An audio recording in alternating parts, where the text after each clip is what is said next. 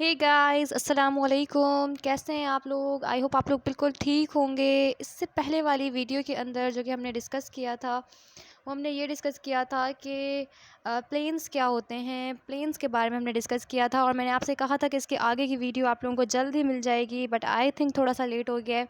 लेकिन देर आए दुरुस्त आए, इसमें भी आपको कंप्लीट इन्फॉर्मेशन मिलने वाली है। मैं कोशिश करूँगी कि आज इस चैप्टर को हम कंप्लीट करें, जितने भी टॉपिक्स हैं सब डिस्कस करें, जो इररेलेवेंट टॉपिक्स हैं उनको हम कट आउट कर दें।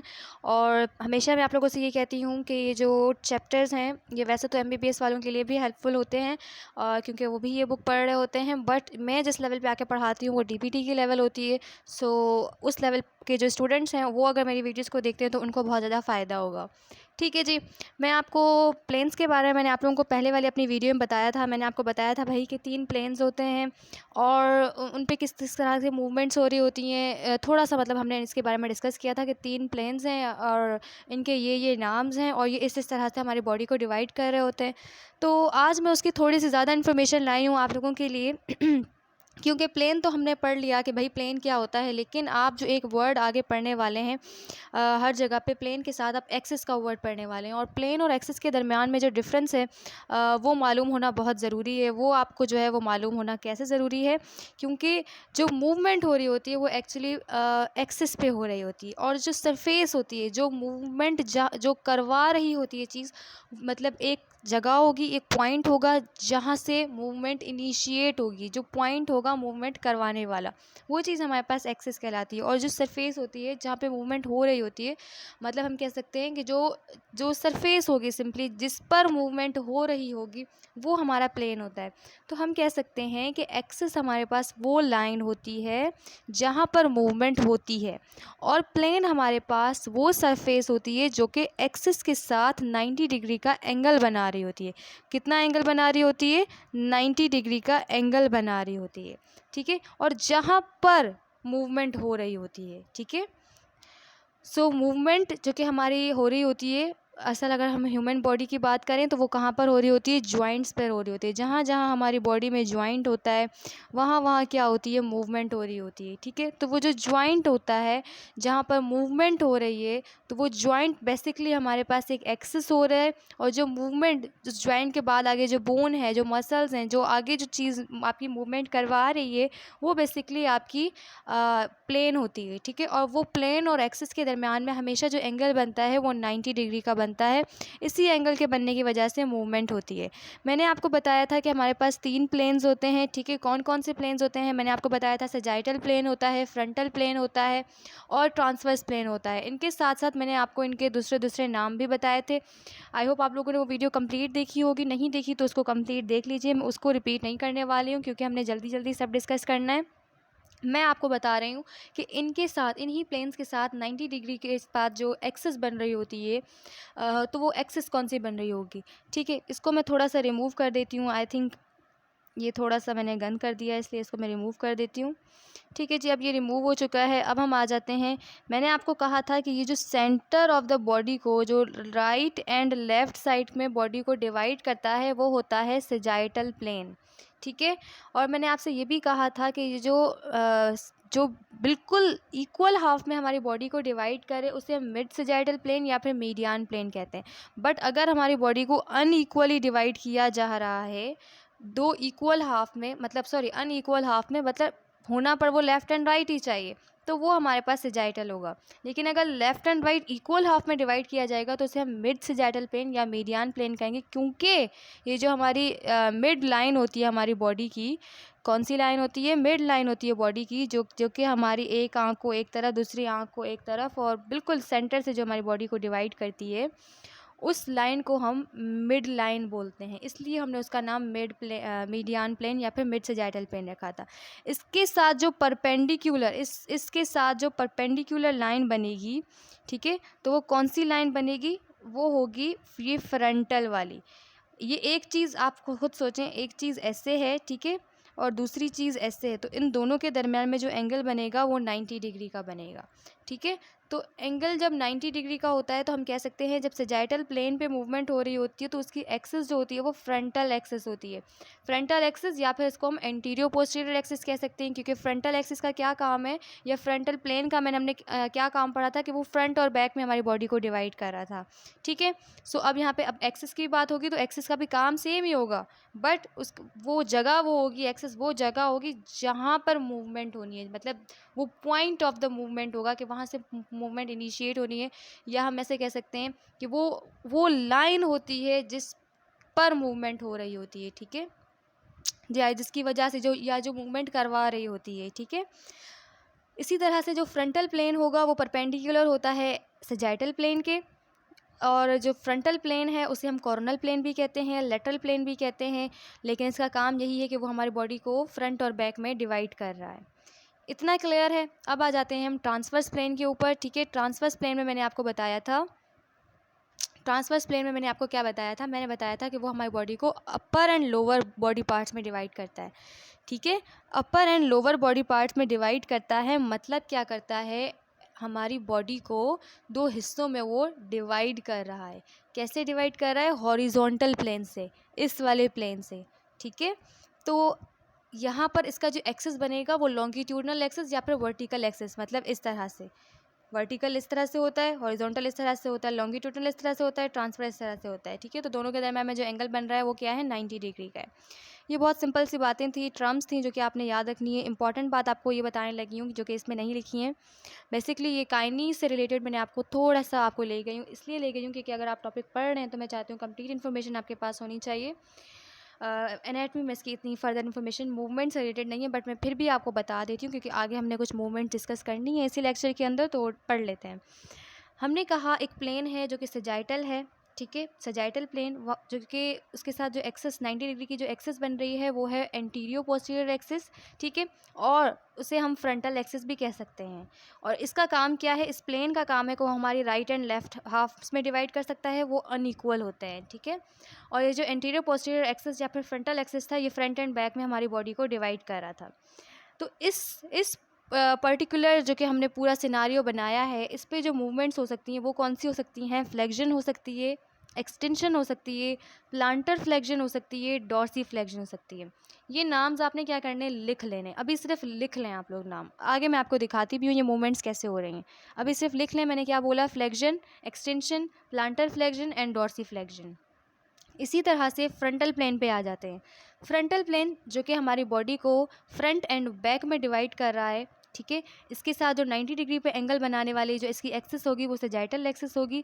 इसी प्लेन को हम कॉर्नल प्लेन भी कह सकते हैं, इसी प्लेन को हम लेटरल प्लेन भी कह सकते हैं, क्योंकि ये बॉडी को हमारे क्या कर रहा है, डिवाइड कर रहा है फ्रंट एंड बैक में, और इसके साथ जो 90 डिग्री की एक्सिस है वो लेफ्ट एंड राइट हाफ में डिवाइड कर रही है अनइक्वली हमारी बॉडी को।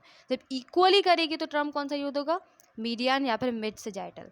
यहाँ पर मूवमेंट्स कौन कौन सी हो रही हैं, नाम लिख लेने हैं, याद कर लेने हैं, बस समझ लेने हैं कि नाम कौन कौन से ले रही हूँ, ताकि फिर आगे आपको इन नाम के कोई प्रॉब्लम ना हो। ठीक है, कोई पूछे कौन से प्लेन पे कौन सी मूवमेंट हो रही है, कौन सी एक्सिस पे कौन सी मूवमेंट हो रही है, तो नाम आने चाहिए। बाकी आगे हम पढ़ाऊँगी तो आपको समझ आ जाएंगे कि ये मूवमेंट्स होती कैसे हैं।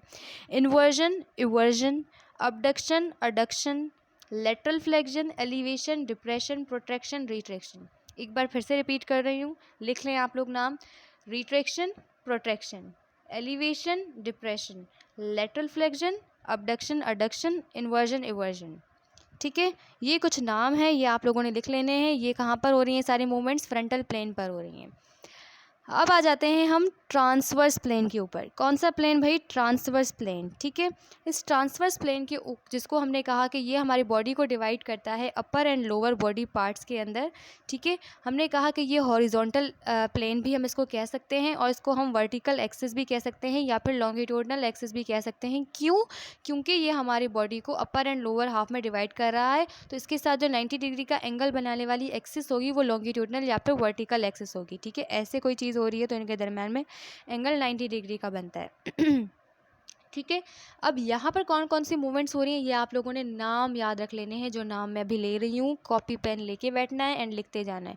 कौन कौन सी यहाँ पे मूवमेंट्स हो रही है, रोटेशन ऑफ ट्रंक हो रही है, इंटरनल रोटेशन जिसे मीडियल रोटेशन भी कहते हैं, एक्सटर्नल रोटेशन जिसे लेटरल रोटेशन भी कहते हैं, ठीक है। ये हिप में भी होगी, फोर आर्म्स में भी होगी, ठीक है, शोल्डर की भी हो सकती है। इसके अलावा मतलब सिंपली आप बस ये लिख लें कि इंटरनल रोटेशन जैसे medial rotation, external rotation, lateral rotation, rotation of trunk, और इसके अलावा सुपिनेशन एंड प्रोनेशन। ये आप लोगों ने टर्म्स लिख लेने हैं।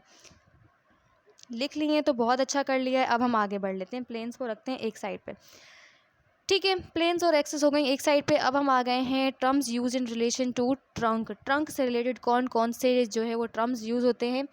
एंटीरियर या फिर वेंट्रल, ये हम हमेशा यूज़ करते हैं फ्रंट साइड के लिए। कोई भी जो हमारी बॉडी की जो फ्रंट साइड है, जहाँ से आपका फेस लगा हुआ है, जो कि आपकी फ्रंट वाली आपकी बॉडी की जो साइड होती है, उसके लिए जो हम टर्म यूज़ करते हैं वो यूज़ करते हैं एंटीरियर का या फिर वेंट्रल का। पीछे की जो आपकी बैक ऑफ द बॉडी होती है, ठीक है, उसके लिए ट्रंक, जब हम ट्रंक मतलब ट्रंक पे कोई मूवमेंट पढ़ रहे होंगे या ट्रंक से रिलेटेड कोई मसल पढ़ रहे होंगे, तो उसके लिए जो वर्ड हम डिस्कस करेंगे वो हम मतलब जो यूज़ करेंगे वो होगा डॉर्सल या फिर पोस्टीरियर, ठीक है। यहाँ पे हर जगह ट्रंक ट्रंक ट्रंक होगा। मैं बार बार ट्रंक ट्रंक ट्रंक नहीं करने वाली हूँ, क्योंकि आप ये कॉमन सेंस की बात है, अब आप बड़े बच्चे हो गए, खुद समझ सकते हैं ये बात, ठीक है। मीडियन मैंने आपको पहले बताया, जो चीज़ mid line of the body की तरफ होगी, ठीक है, उसके लिए हम क्या करेंगे, मीडियल का वर्ड यूज़ करेंगे। लेटरल जो वर्ड होगा, जो away from the mid line of the body की तरफ होगी, उसके लिए हम लेटरल का वर्ड यूज़ करेंगे।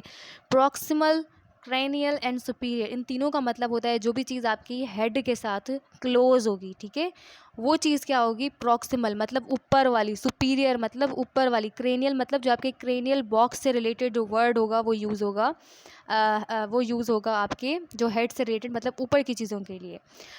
इसी का जो अपोजिट है वो हमारे पास डिस्टल, कॉर्डल एंड इन्फीरियर आ जाता है। प्रॉक्सिमल, अगर आप एक चीज़ के लिए ऊपर के लिए प्रॉक्सिमल वर्ड यूज़ करें तो नीचे वाली चीज़ के लिए डिस्टल वर्ड यूज़ करेंगे। अगर आपने क्रेनियल वर्ड यूज़ कर लिया ऊपर को रिप्रेजेंट करने के लिए, तो नीचे को रिप्रेजेंट करने के लिए आप कॉर्डल वर्ड यूज़ करें। अगर आपने ऊपर को रिप्रेजेंट करने के लिए सुपीरियर वर्ड यूज़ किया है, तो आप नीचे को रिप्रेजेंट करने के लिए इन्फीरियर वर्ड यूज़ करेंगे। ये हमारे पास एक्चुअली लैंग्वेज है एनाटमी की। एनाटमी की अपनी लैंग्वेज होती है, घर में आप लोग एक लैंग्वेज बोलते होंगे, डिफरेंट डिफरेंट लैंग्वेजेस आप लोगों को आती होंगी, तो हर लैंग्वेज को सीखने का डिफरेंट डिफरेंट तरीका होता है।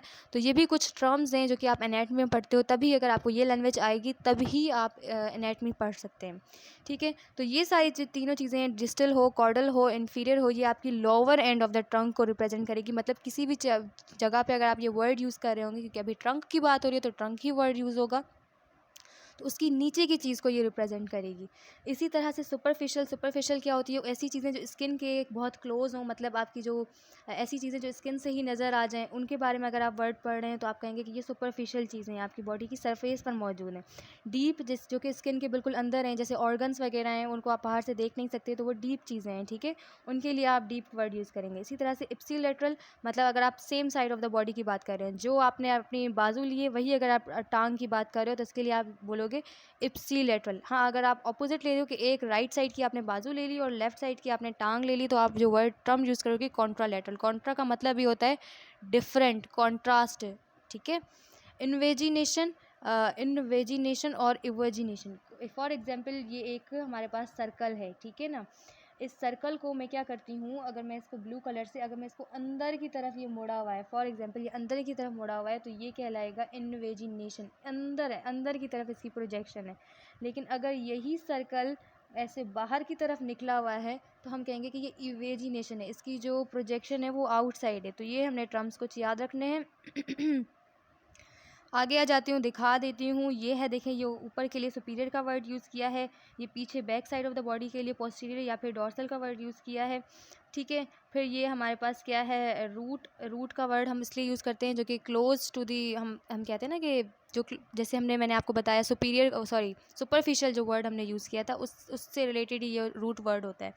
प्रॉक्सिमल ऊपर वाली चीज़, मीडियल जो कि mid line of the body की तरफ हो, डिस्टल नीचे वाली चीज़, लेटरल बॉर्डर जो कि हमारी मिड लाइन से अवे जाए, डॉर्सल हमारी क्या है भाई, पीछे वाली साइड होती है, जैसे टांगों की हमारी डॉर्सल साइड है, ठीक है, पीछे को रिप्रेजेंट करिए। इसी तरह से वहाँ पे एक्सटेंसर मसल्स लगे हुए होते हैं। कॉन्ट्रालेटरल हमने ये वाला हमने इसकी जो बाजू ली है वो ये लिए और टांग ये लिए, तो ये कॉन्ट्रालेटरल हो गया। इन्फीरियर नीचे वाली साइड हो गई, और ये मीडियल बॉर्डर हम इस अंदर वाली चीज़ को रिप्रेजेंट कर रहे हैं। इसी तरह से वेंट्रल और एंटीरियर आगे वाली साइड होती है, फिर ये मीडियल, लेटरल और इप्सिलेटरल मतलब सेम साइड, मतलब जिस साइड की बाजू लेंगे उसी तरह की हमने उसी साइड की हमने क्या ले ली है, बाजू ले ली और उसी साइड की टांग ले ली है, ठीक है। एक दफ़ा इस डायग्राम को देख लीजिएगा, हो सके तो इस बुक को डाउनलोड कर लीजिएगा, डाउनलोड ना कर सकें तो फिर आप लोगों ने क्या करना है, परचेज़ कर लेनी है ये वाली बुक, ठीक है। फिर ये लेटरल बॉर्डर मतलब जो कि आपकी मिड लाइन से अवे होगी। एंटीरियर सरफेस जो कि आगे वाली होगी, उसी को फ्लेक्सर एस्पेक्ट भी कहते हैं, क्योंकि जो एंटीरियर सरफेस होती है वो मोस्ट ऑफ द बॉडी जो हमारी एंटीरियर होती है उस पर फ्लेक्सर मसल्स लगे हुए होते हैं, और जो back side of the body होती है उस पर एक्सटेंसर मसल लगे हुए होते हैं। यहाँ मैंने आपको दिखाया मीडियल बॉर्डर जो क्लोज होगी। पाल्म जो हाथ की होती है उसे पाल्म कहते हैं। ये एंटीरियर सरफेस, ये डॉर्सल सरफेस है, ठीक है। इसी तरह से प्रॉक्सिमल या फिर सुपीरियर या अपर एंड ये वर्ड्स यूज़ कर सकते हैं। डिस्टल, इन्फीरियर ये वर्ड्स यूज़ कर सकते हैं, ठीक है। ये हमारे पास कुछ लैंग्वेज है एनाटॉमी की, इसको हमने अच्छे से डिस्कस कर लिया। आई डोंट थिंक सो हमने इसको और अच्छे से करना चाहिए, आई थिंक इतना काफ़ी है। ये सुपीरियर और ये डीप आ गया, डीप देखें, ये डीप आ गया, और ये हो सुपीरियर मतलब ये बाहर वाली हो गया, ये आपको रिप्रेजेंट भी कर रहा है। इसी तरह से इन्वेजिनेशन और इवेजिनेशन, ये देखें ये अंदर की तरफ इन्वेजिनेशन, ये बाहर की तरफ प्रोजेक्शन है, तो ये इवेजिनेशन। इसी तरह से अपर लिम्ब में भी यही वर्ड्स यूज़ हो रहे हैं, ठीक है। यही टर्म्स हैं। आगे की साइड के लिए एंटीरियर वेंट्रल, पीछे की साइड के लिए डॉर्सल पोस्टीरियर, फिर मीडियल जो आपकी क्या होगी आपकी जो मीडियल साइड आपकी इसमें कौन सी होती है, जो लिटिल फिंगर वाली, जो आपकी आर्म की जो लिटिल फिंगर होती है ना, वो पूरी साइड आपकी क्या होती है, मीडियल होती है, और जो थंब वाली साइड होती है वो लेटरल होती है, ठीक है। इसी तरह से प्रॉक्सिमल आपकी जो लिम्ब, फॉर एग्जाम्पल लिम्ब अब यहाँ पे वर्ड यूज़ करेंगे क्योंकि हम क्या कर रहे हैं, अपर लिम्ब को यहाँ पे टर्म्स पढ़ रहे हैं, तो यहाँ पे पहले जैसे ट्रंक वर्ड यूज़ हो रहा था, अब यहाँ पे लिम्ब वर्ड यूज़ होगा। अपर एंड लोअर लिम्ब का मैं अलग से नहीं बताने वाली हूँ, सेम ही वर्ड्स होते हैं। डॉर्सल सरफेस वो होती है जो कि पाल्म है, फ्लेक्सर वो होगी जो कि फ्रंट होगा, अपर लिम्ब का एक्सटेंसर वो होगी जो कि बैक साइड होगा। जैसे फ्लेक्सर जो होते हैं वो आगे वाले मसल्स होते हैं आपकी उस पर अपर लिम्ब पे, और जो एक्सटेंसर्स होते हैं वो बैक साइड पे मौजूद होते हैं। डॉर्सल सरफेस आपकी पीछे वाली होती है, जो जहाँ जहाँ से आपके नेल्स लगे हुए होते हैं वो आपकी जो सरफेस होती है वो डॉर्सल होती है, और जो आपकी आगे वाली जहाँ पे लाइंस बनी हुई होती हैं आपके हाथ पे वो पाल्मर सरफेस होती है, ठीक है जी। इसी तरह से लोअर लिम्ब के लिए भी कुछ टर्म्स हैं, ये पोस्टीरियर समझ गए होंगे, एंटीरियर समझ गए होंगे, मीडियल बॉर्डर मुझे नहीं लगता अब समझाने की नीड है। इसी तरह से lateral border, flexor, extension, proximal ये सारे वही वर्ड्स हैं। उसके बाद ये कुछ टर्म्स हैं जो कि कॉमनली एम्ब्रियोलॉजी में यूज़ होते हैं। पहले हम डिस्कस कर चुके हैं कि एम्ब्रियोलॉजी क्या होती है, कंपैरेटिव एनाटॉमी क्या होती है, और समटाइम्स जब हम ग्रॉस एनाटॉमी पढ़ रहे होते हैं मतलब मैक्रोस्कोपिक स्ट्रक्चर डिस्कस कर रहे होते हैं, उनके अंदर कुछ टर्म्स यूज़ हो रहे होते हैं। इसमें वेंट्रल मैंने बोला, वेंट्रल लाइक एंटीरियर होता है, तो बेली रीजन जो होता है जो उसके लिए जो वर्ड यूज़ होता है वो वेंट्रल यूज़ होता है। डॉर्सल पोस्टीरियर पीछे जो बैक साइड से होता है। इसके अलावा जो क्रेनियल या फिर रोस्टल सुपीरियर हेड के लिए यूज़ होता है, क्रेनियल या उसका जो ऑपोजिट होता है वो कॉर्डल होता है, वो टेल के लिए यूज़ होता है, ठीक है जी। ये हमारे पास कुछ और टर्म्स थे। अब हम आ जाते हैं ऐसे टर्म्स जो कि बॉडी की मूवमेंट्स के लिए यूज़ करने होते हैं हमने, ठीक है। बहुत इजी ये सारे टर्म्स हैं। अच्छा जी, बॉडी की मूवमेंट से रिलेटेड हम बोलते हैं कि भाई ये ग्लाइडिंग मूवमेंट हो रही है, एंगुलर मूवमेंट हो रही है, रोटेशन हो रही है, या स्पेशल मूवमेंट्स हो रही हैं। ग्लाइडिंग मूवमेंट जैसे बैक एंड फोर्थ मूवमेंट हो रही होती है, उसको हम कहते हैं कि ये क्या हो रही है, ग्लाइडिंग मूवमेंट हो रही होती है। जैसे दरवाज़ा खोलते हैं बंद करते हैं तो वो बैक एंड फोर्थ होता है, ठीक है। इसमें एंगल कोई चेंज नहीं आ रहा होता, ठीक है। ऐसी कुछ बोन्स होती हैं हमारी जिसके अंदर ग्लाइडिंग मूवमेंट्स हो रही होती है। कुछ ऐसी होती हैं एंगुलर मूवमेंट्स हो रही होती हैं जिनके अंदर एंगल में डिफरेंस आ रहा होता है, एंगल डिक्रीज़ होता है या इंक्रीज़ होता है। जैसे फ्लेक्शन करते हैं, जब आप अपनी आर्म को बेंड करते हैं, ठीक है, तो फ्लेक्शन के अंदर क्या हो रहा होता है, आपका एंगल डिक्रीज़ होता है। जब आप एक्सटेंशन करते हैं, आप अपनी आर्म खोलते हैं, दिखा रही हूँ आगे डायग्राम्स में है कि एक्सटेंशन फ्लेक्शन कैसे हो रही है, ठीक है, तो वो क्या हो रही होती है जब आप एंगल इंक्रीज़ कर रही होती है। इसी तरह से जब आप अपनी mid line of the body की तरफ अपनी आर्म को लेकर आते हैं तो उसे अडक्शन कहते हैं, अडक्शन, डबल डी। इससे याद रखना है आपको कि सेम वर्ड्स हैं, डबल डी मतलब सेम वर्ड्स हैं, तो आप 2 वर्ड्स लेकर आ रहे हो। अबडक्शन, ABD दोनों डिफरेंट वर्ड्स हैं, तो अवे लेकर जा रहे हैं। बीइंग अ ट्रिक आप इसको याद रख सकते हैं कि अवे और क्लोज मतलब अवे और क्लोज लेकर आना मिड लाइन के लिए, आप इससे भी याद कर सकते हैं, ठीक है जी। इसके अलावा रोटेशन मूवमेंट कैसे होती है, आपकी जो लॉन्गिट्यूडनल एक्सिस होती है, मुझे नहीं लगता कि अब लॉन्गिट्यूडनल एक्सिस को बताने की कोई नीड है।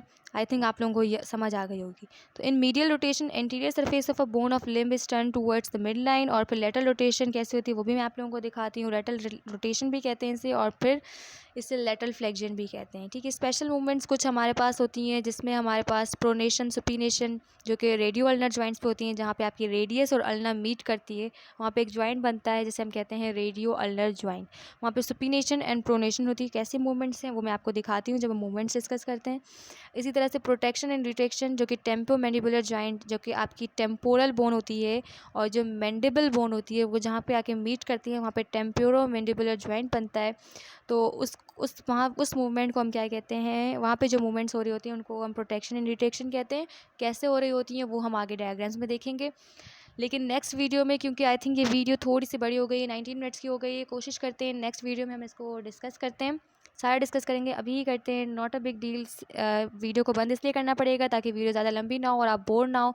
अभी ऐसा करें 5-10 मिनट में आप लोग इसको रिवाइज़ करें और फिर अभी जल्दी से ही नेक्स्ट वीडियो पे आ जाएं और इसको पढ़ना शुरू कर दें। छोटा सा चैप्टर है, मैंने सोचा था इसको हम इसी वीडियो में कवर कर लेंगे, बट क्योंकि मैंने थोड़ा सा उसको प्लेन्स को आपको एग्जैजरेट करके बताया है तो इसलिए ये वीडियो बड़ी हो गई है। अपना आप लोगों ने बहुत सारा ख्याल रखना है और कोशिश करनी है कि अपने फ्रेंड्स के साथ इस वीडियो को ज़रूर शेयर करना है। इतना तो मेरा भी हक बनता है कि मैं आप लोगों से इतना कहूँ कि वीडियो को शेयर करें।